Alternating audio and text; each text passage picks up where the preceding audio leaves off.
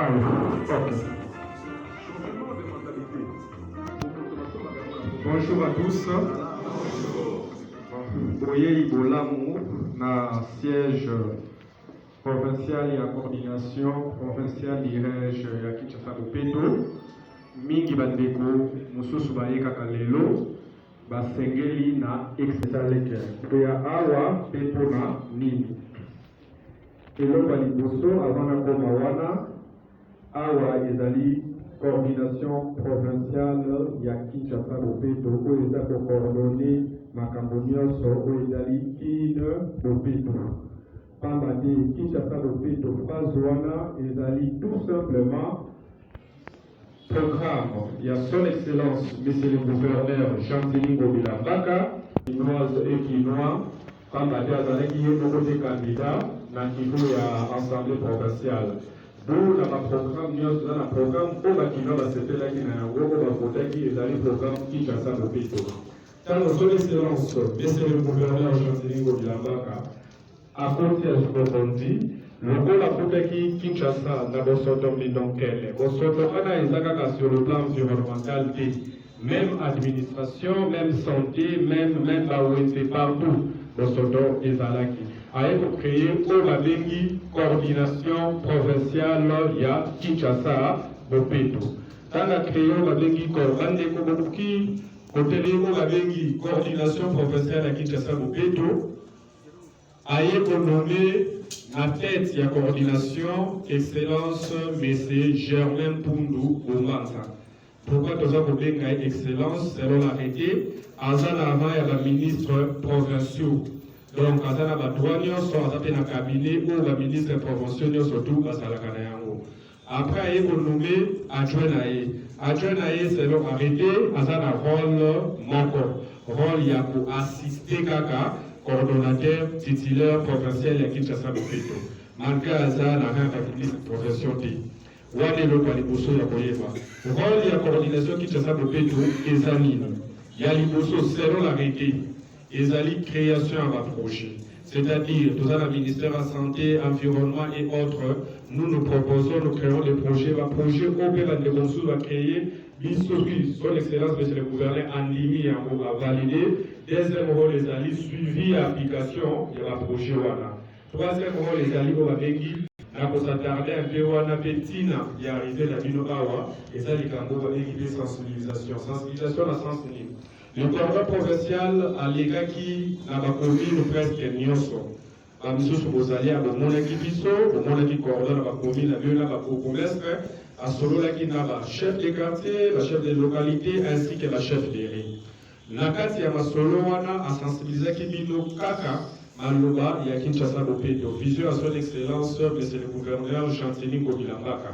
Né le cola batinda qui a sa porteur ya vision ya tata Jean-Denis Bilambaka, il fallait que bino base aux ali bino ba chef de riz, bozala na yango na mutu boye ba Kinshasa Bopeto ezali mingi.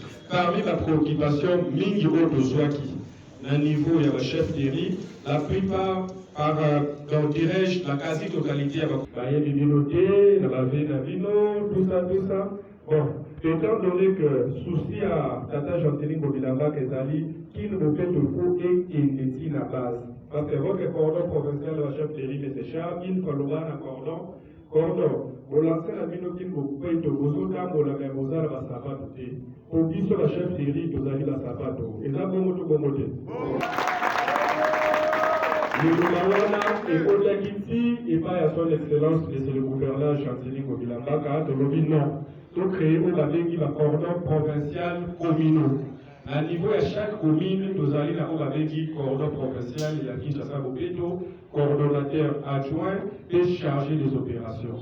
Opération wana tozo kitarango tina quartier.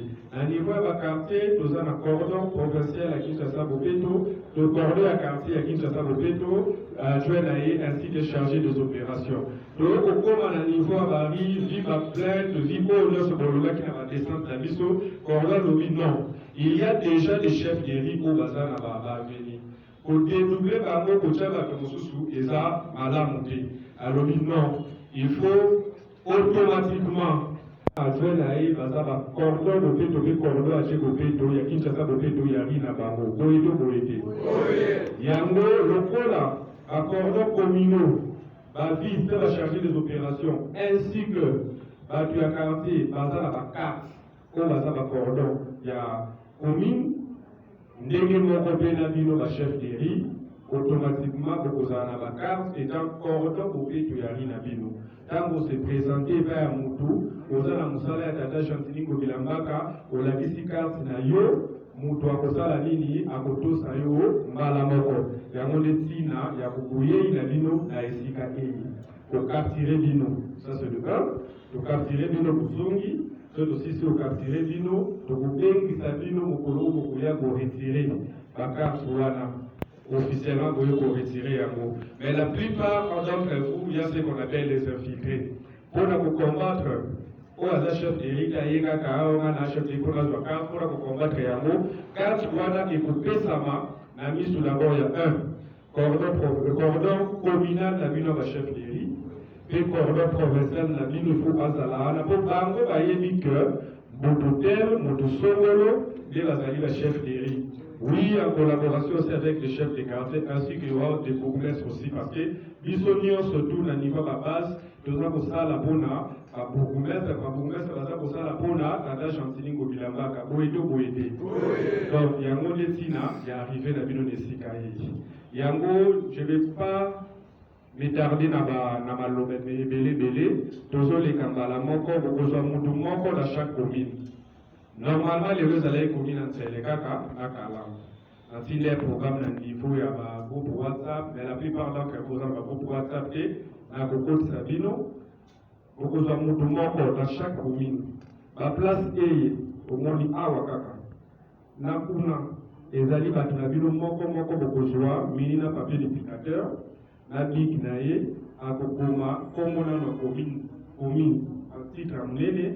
Après, à tracer la commune, nom, poste, nom, dans numéro, nom, poste, nom, prénom, adresse physique du chef de Riwana, quartier naïe, ainsi que numéro et téléphone naïe. Ce que vous avez numéro WhatsApp privilégié pour Chayango. Dès la sens où on a des papiers toni, vous voyez qu'on peut s'en aller mesana, donc on peut ngabo mon mesano, donc placer bino, bakandi ko kangabana moko, ba photo, bakangi yo photo, ok. Ce que vous avez Android, tant qu'on décolle ce service il y a YouTube, on wana bakokoma, kokoleka na mesa wana pona ba koti sope na ba chaîne YouTube ya kini ko fait to pona oye ba o nyoso tout to lisale na déjà.